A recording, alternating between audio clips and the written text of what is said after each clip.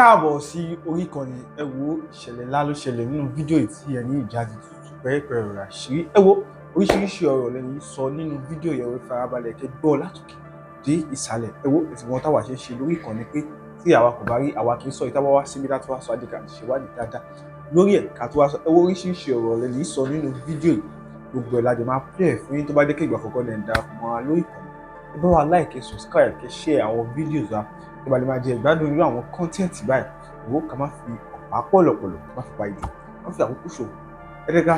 ẹ jọ ọ̀rọ̀ tí mo fẹ́ bí yín tẹ́ ẹ bá bò mí ọlọ́run ní bò yín omi ìfẹ́ kẹ́ ẹ bò mí rárá tó ṣe rí mo gbọ́ interview kan tí Lizzy ṣe kó ṣe interview náà she was talking on Facebook ó sọ wípé nǹkan méjì ló dùn mí bẹ́ẹ̀ ó sọ wípé pé òun lòun bẹ̀yìn pé kẹ́ ẹ pè mí síṣẹ́ pé ìgbà tó ń sọ pé kẹ́ ẹ pè mí síṣẹ́ wá ní ẹ lówó tẹ́lẹ̀ fi pè mí síṣẹ́ o ẹ wá dá owó tòun sí méjì lẹ kó fún mi tí ẹ kó dájú fóun tí àjọ fi wá bá yín ṣiṣẹ́ níbi 13 years ago mo kàn fẹ́ mọ bó ṣe ṣẹlẹ̀ ṣé nǹkan tí mo sọ ti yín ẹjọ́ máa dá mi lóhùn máa post kìíní yìí o máa post ẹ̀ so mi ìfẹ́ kẹ́ parọ́ fún mi rárá ẹjọ́ bó bá ṣe rí mi kẹ́ ṣe sọ tẹ́ bá bò mí ọlọ́run ní bò yín o tó lẹ́yìn náà bí àwọn ọmọ tí God bless you. Àǹtí Ronke káàsán ma ṣàlàáfíà lẹ wà. Ṣé gbogbo nǹkan tá a bá ń ṣe nílé ayé Ọlọ́run nìkan ni ká bẹ̀rù kò kí ń ṣe ẹ̀dá ó sì yé yín gẹ́gẹ́ bí ọ̀rọ̀ yìí tí n bá bòyìn kọ́lọ́run ọba kó má bò mí torí pé abiyamọ ni gbogbo wa mi ò ní ṣe nǹkan tó jẹ́ wípé because èpè tó bá lọ tó bá bọ̀ ó máa padà jẹyàn ni. Mo rántí ngbà tí ọ̀rọ̀ yìí ṣẹlẹ̀ last year èmi ò kí ń wo social media àwọn bloggers much but last year àwọn èèyàn kan send nǹkan sí mi níbi tí Lizzy Anjorin ti ń sọ wípé tó ń fi fọ́tò mi wọ̀n báyìí tó ń sọ pé tó bá jẹ́wọ́ nìkan lọ bí Lọ́lá lórí ọ̀rọ̀ yìí ní last year the same thing tó ṣẹlẹ̀ lọ́dún yìí ni o ipò tó bá jẹ́wọ́ nìkan lọ bí Lọ́lá ní pé òun ò fẹ́ gbé àǹtí Ronke wá àmọ́ òun ní kan dánwó sí méjì kan fi gbé àǹtí Ronke wá mo gbogbo ọ̀rọ̀ yẹn bálabàlá last year yẹn àwọn èèyàn sẹ́ǹdẹ̀ sí mi gan mo dẹ̀ wò ó and the thing tí mo ṣe fún yín àǹtí Ronke mo dẹ̀ send message sí yín lọ́jọ́ kejì mo ní àǹtí Ronke nǹkan báyìí báyìí làwọn èèyàn send sí mi mo ní kí lẹ fi ìpè kí n ṣe ẹ̀dẹ̀ ni pé kí n fi sílẹ̀ kí n máa wòran níwájú Ọlọ́run ọba téèyàn kì í pè jẹ́rìí ẹ̀rọ gbogbo àwọn tó ń sẹ́ǹgẹ̀ sí mi ní àánú láti dìbọ́ǹkì ẹni o àǹtí Ronke máa bínú o kíní kan ṣé bó ṣe rí nìyẹn lóòótọ́ ó ń challenge mi pé kí n wá bọ́ síta èsì tí mò ń fún gbogbo ẹ̀dá ni wípé sẹ́ ẹni tó ní ọ̀rọ̀ tó jẹ́ senior colleague mi tí kò bá mú mi ṣẹ̀ wọ́n ti sọ wípé kí n fi sílẹ̀ kí n má sọ anything pa ẹ̀ ìpè ó yá wọn kí n ṣàfi sílẹ̀ mo nígbà táǹtí Ronke ti sọ bẹ́ẹ̀ yẹn mo ní I won't come out because èmi ò like drama téèyàn bá parọ́ mọ́ mi mo lè má sọ nǹkan kí n máa wò àmọ́ tó ti involve somebody else mi ò dẹ̀ fẹ́ ṣe èèyàn yẹn mo dẹ̀ bí yín ṣé kí n come out ẹ̀dẹ̀ ni pé kí n fi sílẹ̀ now ọ̀rọ̀ yìí wá jáde again lọ́dún yìí àwọn èèyàn bẹ̀rẹ̀ sí send ẹ̀ sí mi again ní ìjẹta mo wá wò pé ọ̀rọ̀ yìí again so tó wáyé pa àti paná ọ̀rọ̀ yìí ní last year ni bóyá kò bá má jáde again but torí pé mi ò like social media drama àbí wàhálà lè rí anything like that lórí page mi ó ní ò jẹ́ kí n sọ anything now ó ti wá tó gẹ́ àǹtí Ronke tẹ́yìn náà bá bò mí Ọlọ́run ò ní bò yín nínú fídíò tí Lizzy ṣe nínú ọdún ìtìjẹta tá à ń sọ yìí ó sọ síbẹ̀ pé òun àti yín jọ wà ní Texas ẹjọ́ wà lọ́dọ̀ ọ̀bọ̀dà Ṣọlá gbàtẹ́ bímọ òun lòún bá yín tọ́jú ọmọ tèmi wá pò ń pé mo fẹ́ ṣe iṣẹ́ òun wá sọ wípé tí n bá gbóhùn nìkan wá báwo ló ń ṣe fẹ́ ṣe kò sẹ́ni tó máa yẹ̀ pàǹtí Ronke òun lòún bá àǹtí Ronke tọ́jú ọmọ níbi táwọn jọ wáyé èmi wá ní mi ò lówó àǹtí Ronke wípé owó títí ẹnìkan ni mo ní kó máa bọ̀ òun wá ní pé kí n dówó tóun sí méjì kí n fi pò wá àǹtí Ronke wá first of all ẹ̀yin àti Lizzy òjọ́dé kí n sọ̀rọ̀ nígbà tí ẹ dé sí New York according to what I heard flight kan náà ni mo rà bọ́ ẹ̀jọ̀ bá flight kan náà wà kódà ẹlẹ́ẹ̀rí ní airport kó gbójú sókè fẹ́ kí yín sọ̀rọ̀ kó rí yín kò mọ̀ gbàtẹ́ bí mo kò mọ̀ gbàtẹ́ ṣe kó mọ́ ọ̀tọ̀ọ̀tọ̀ ni mo pè yín méjèèjì míì tí ẹ mọ̀ pé yín méjèèjì ń jà láti wá ṣiṣẹ́ náà lọ́jọ́ náà lóní àti bàbá àrà ọ̀sán lájọ pé. In fact ìgbà tá a dé airport ẹ̀yin lẹ kọ́kọ́ dé a tún wá ń dúró kí Lizzy dé ni just because mi ò mọ nǹkan tó ṣẹlẹ̀ ó rojọ́ lọ́jọ́ náà ló ní pé wípé kò sẹ́ni tó máa gbé òun lọ sí airport jìnnà sí kinní bóyá lòun pàdé yín ní airport ṣáàkìra débi kó fẹ́ gba ọmọ lọ́wọ́ yín àbò fẹ́ bá yín tọ́ ọmọ àbí kó wà gbé tẹwà òun ló ń bá yín tọ́ ọmọ rárá tí ń bá parọ́ mọ́ yín àti Ronke ẹja mi ẹ̀yin lẹ ní ọmọ Àdìsá yẹn á ti pé bí 13 years báyìí bá ṣe ń sọ̀rọ̀ yìí tí ọpọlọ tèmi bá gbàgbé nǹkan mo mọ̀ pé yìí ò lè gbàgbé nǹkan. Ìgbà táyì méjì dé airport mo dúró plane ti yín land mo dúró sí airport cause Bronx ni mo ń gbé ńgbà yẹn Queens ní airport wà few hours later òun náà dé adèjọ lọ sí ilé ẹ̀yin méjèèjì ò kì í kí ara ìgbà tí a dé ilé ọ̀dọ̀ mi ìyá mi wà wọ́n sì wà láàyè wọ́n wà láàyè kíkú má pa wọ́n. Àwọn náà ẹ̀ṣẹ̀ parí ọ̀rọ̀ yìí tí wọ́n gba ọmọ ọwọ́ yín Àdìsá bébì ọmọ yìí ò tí ì lè jọ ọmọ oṣù méjì lọ tí wọ́n gbé fún Lizzy tí wọ́n parí ọ̀rọ̀ mi ò wá rántí nǹkan tó ló fàjà lọ́jọ́ náà lọ́hùn tí òfin kí yín tẹ̀ fi ń jọ kíra that's not even the bone of ìyẹn kọ́ ni mo fẹ́ discuss lẹ́nìí bọ̀ wípé òun tọ́jú ọmọ ọwọ́ àti Ronke mo wá pé òun fúnṣẹ́ òun ò fẹ́ fi àti Ronke sílẹ̀ torí òun lòun bá wọn tọ́jú ọmọ lé ẹni tó mọ̀gbà tó bímọ lẹ́ni tó kì í kú ewu ọmọ lẹ́ni tó mọ̀bi tó dé sí ọ̀tọ̀ọ̀tọ̀ níbi tẹ́ dé sí lẹ́jọ́ ẹ̀pọ̀ ọ̀tọ̀ ni mo pè wọ́n ọ̀tọ̀ ni mi àti bàbá àrà pè wọ́n síṣẹ́ ọ̀tọ̀ ni mo pè wọ́n Lizzy síṣẹ́ tó wá sọ á di pé mo wá ń pín owó pé owó ti tiẹ̀ àti Ronke ọ̀rọ̀ yìí jọ mí lójú but we need to iron this out once and for all and ìdí ni wípé táwọn èèyàn bá ti mọ̀ pé nìkan ò kì í like drama social media what they can do is try to make that person talk because video ti last day she was actually challenging me láti come out mi ò ní anything against Lizzy you understand only ale má jọ rẹ̀ mọ́lẹ̀ ni but she used to be my friend she was my friend níjà èmi àti òlásọ̀ but láti last day tí mo ti rí first video yẹn lọ́rọ̀ yẹn ti ń gbé mi inú ẹni kì í má sọ̀rọ̀ gbà yẹn mi ò sọ̀rọ̀ but tí a bá paná kínní once and for all tó bá di next year Lizzy ṣì máa ṣe fídíò mi jáde bọ́ọ̀rọ̀ ṣe rí kọ́ nìyẹn o mi ò pín owó sí méjì o ọ̀tọ̀ọ̀tọ̀ lẹ́wàá o kò kí ẹ̀jọ́ síbì kan náà kò bá yín tọ́jú ọmọ o àti Ronke ibo ni mo ti pè yín gbà tẹ́ wá dé New York tí mọ́mí ti wá parí ìjà tó gbọ́mọ ẹ̀ sí yín lọ́wọ́ tó gbọ́mọ Àdìsá lé lọ́wọ́ tíjà ti parí ìgbà wo ni mo wá pè ipe Lizzy máa ń sọ̀rọ̀ yìí mo wá pè yín méjèèjì kalẹ̀ ẹ wá ń wọlé báyìí ó ní agbára o Ronke ibi tí kinní tó yà mí lẹ́nu dé last year táwọn èèyàn ṣe ń sẹ́ndì ẹ̀ sí mi Lizzy báyìí ó di fóònù ẹ̀ mú báyìí ó dẹ̀ fi péjì mi wọn àwọn èèyàn ó ní kàn lọ sí péjì mi kàn lọ bí mi olójú èèyàn tó máa dákẹ́ o ó ní ojú because èmi àti ẹ ò ní reason láti gbé mi jáde láti máa ní pé kí wọ́n verify nǹkan tó dẹ̀ mọ̀ ń pé this thing is not true tí ó bá yẹ kó wá wàhálà because èmi àti ẹ ò níjà mi ò bẹ́ anybody jà. She posted me for my birthday. That same last year, I posted her for her birthday. But why? Because I don't know. Because me of a bossy ta láti sọ̀rọ̀. But to pick me involved with you. O de mu mi jẹ́rìí èké. Mo de reach out sí yín last year to Ronke. As a peaceful person tẹ́ jẹ́.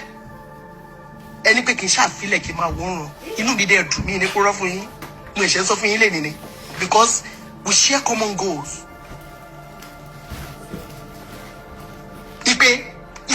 Let's just leave her, let it die down like that. It doesn't matter. But kí ni tí wá jẹyọ lọ́dún yìí again?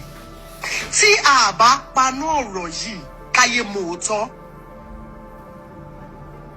The internet never forget. Ó máa tún ṣẹlẹ̀ next year. Next year she's going to come out again and say the same thing. Because me ìfẹ́ wàhálà mi ìdẹ̀fẹ́ drama. I know she's going to come for me lẹ́yìn eléyìí o, but I will not respond. But mi ò ní parọ́ màá sọ òótọ́. Tọ́ bá máa pa mí nìkan pa mí. Téèyàn bá máa kú sórí òótọ́. Ó sàn jù sórí irọ́ lọ. this thing never happened. Oh, gbé ọmọ àti síbẹ̀ gbàgbọ́ bímọ.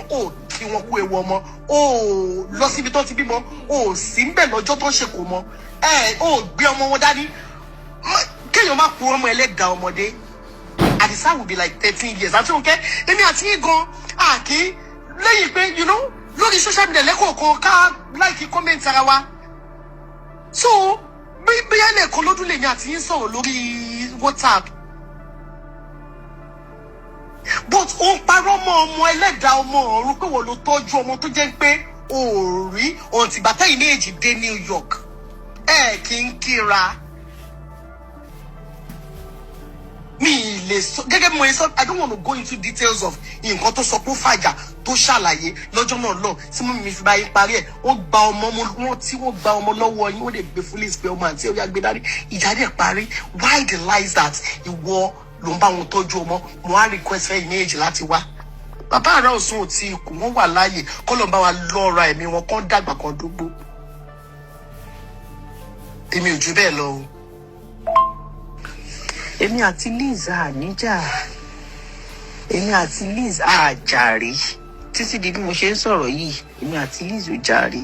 Kàn ríra wa for a very long time nígbà yẹn tí mo wá sí Amẹ́ríkà ni. Mo bí kéèyàn má ríra yẹn for like 3-4 years. Ká dẹ̀ pàdé l'Amẹ́ríkà. Ó tàn. That was it. Èmi àti òríra wa ni. Ìgbà tí mo dẹ̀ rí ní airport, tó dẹ̀ ń ṣe gángan mo rò pé òkè bóyá tá a bá débi tá à ń lọ, you know. So èmi àti ẹ̀ ò jà. But to my surprise, ó wá sọ pé èmi rojọ́ èèyàn kan lẹ́yìn, èmi rojọ́ òun lẹ́yìn. Kí ni Liz ṣe fún mi tí mo fẹ́ rojọ́ ẹ̀ lẹ́yìn? Ṣùgbọ́n máa ní nǹkan kan téèyàn máa ṣe fún yàn kéèyàn tó sọ pé òun fẹ́ rojọ́ ẹ̀ lẹ́yìn. Kò ṣẹ̀ mí rí di bí mo ṣe ń sọ̀rọ̀ yìí. Kò ṣẹ̀ mí rí up till today. Ó ṣáà máa ní reason tí mo ṣe máa sọ̀rọ̀ ẹ̀ lẹ́yìn. Ó ṣáà máa ní nǹkan téèyàn fẹ́ ṣe fún yàn tí mo ṣe máa sọ̀rọ̀ ẹ̀ lẹ́yìn. Kò sí nǹkan tí mo fẹ́ sọ nípa Lizzy. Kí ni mo fẹ́ sọ nípa Lizzy? Bí Nàìjíríà ṣe tóbi tó èmi lọ́rẹ̀ẹ́ ẹyọ kan ṣoṣo. Bí Nàìjíríà ṣe tóbi tó mo lọ́rẹ̀ẹ́ kan ní Kòròdú. You understand mo ṣe gbé lọ́gbà ọ̀rẹ́ mi wà ní Kòròdú. Kí ẹ rí distance yẹn. Dẹ̀ mo lọ́rẹ̀ẹ́ kan London. Ó tán. Lẹ́yìn yẹn mi ò lọ́rẹ̀ẹ́ rárá. You understand what I'm saying? So kò sí nǹkan tí Lizzy ṣe fún mi tí mo yẹ fẹ́ máa sọ̀rọ̀ ẹ̀ lẹ́yìn. Kí ló ṣe fún mi? Èmi àti ẹ̀ ò ríra.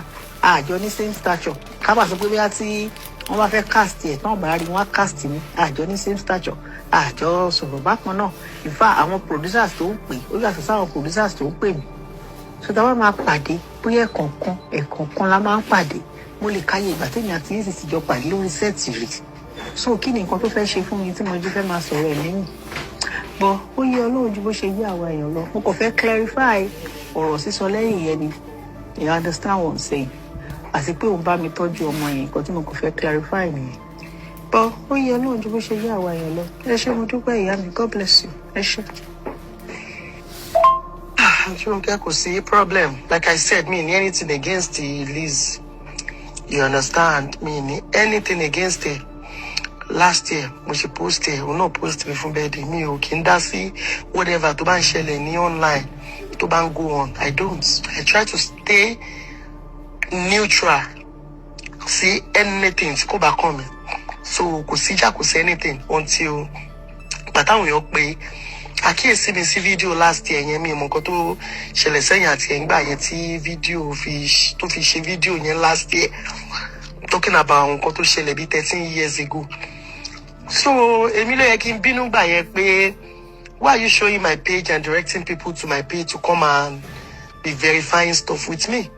But mi ò bínú, mo dẹ̀ pè yín ẹ̀dẹ̀ ní ká máa wò.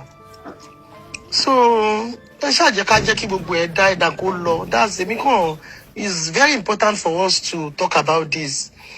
Lẹ́yìn eléyìí mi ò ní sọ anything mọ́. Even tó bá bẹ̀rẹ̀ sí ṣe fídíò àbí anything, I do not have anything to say.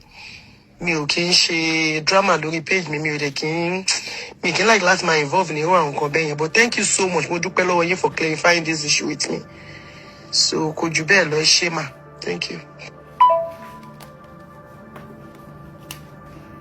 Mo kàn rí tí Lola Faduri jáde tó ní àǹtí Ronke mi ò like nǹkan tẹ́ ṣe mo lè má ṣe production yìí mọ́. Mo ṣáà pé kí ló fàjà ó ní nǹkan tẹ́ sọ lẹ́yìn Lizzy yẹn wá sọ lójú ẹ̀. Mo bá wò pé kí ló ṣẹlẹ̀. ó ní àǹtí Ronke no ẹ disappoint mi ọ̀rọ̀ tẹ́ ẹ sọ lẹ́yìn Lizzy ẹ sọ sínsìn àǹtí Ronke ò lè sọ̀rọ̀ àǹtí Ronke wọlé lọ́lá ní àǹtí Ronke fọ́ọ̀lù àǹdí kò bá má jẹyìn owó Lizzy owó iṣẹ́ Lizzy ni mo fi gbé yín débi tí Lizzy bá ṣẹ̀yìn ó yẹ kẹ́ ẹ pé ní ojú ẹ̀ kẹ́ ẹ sọ lójú ẹ̀ ni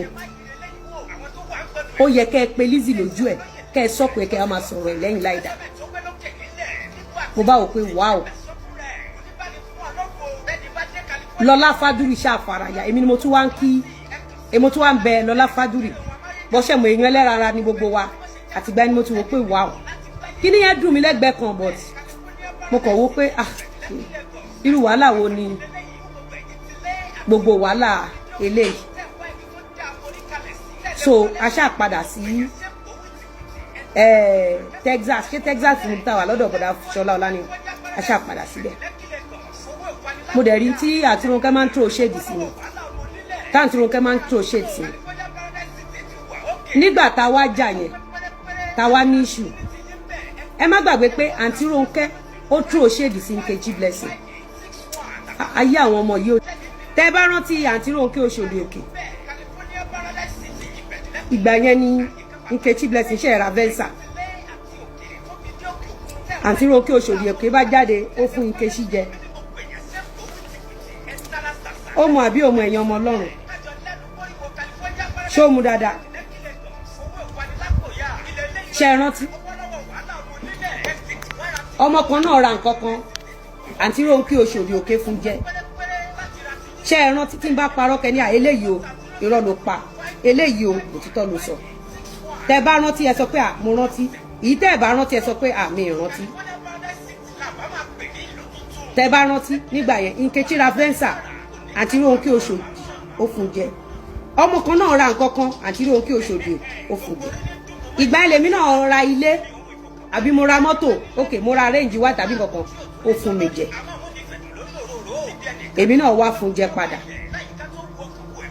bí Nkechi Blessing ṣe yí 360 tó bẹ̀rẹ̀ sí ní bú mi ó sì rí mi miracle sí mi dọ́là now ibi tá à ń lọ lélẹ̀ Lola Faduri ó wá update against me ní 2 weeks ago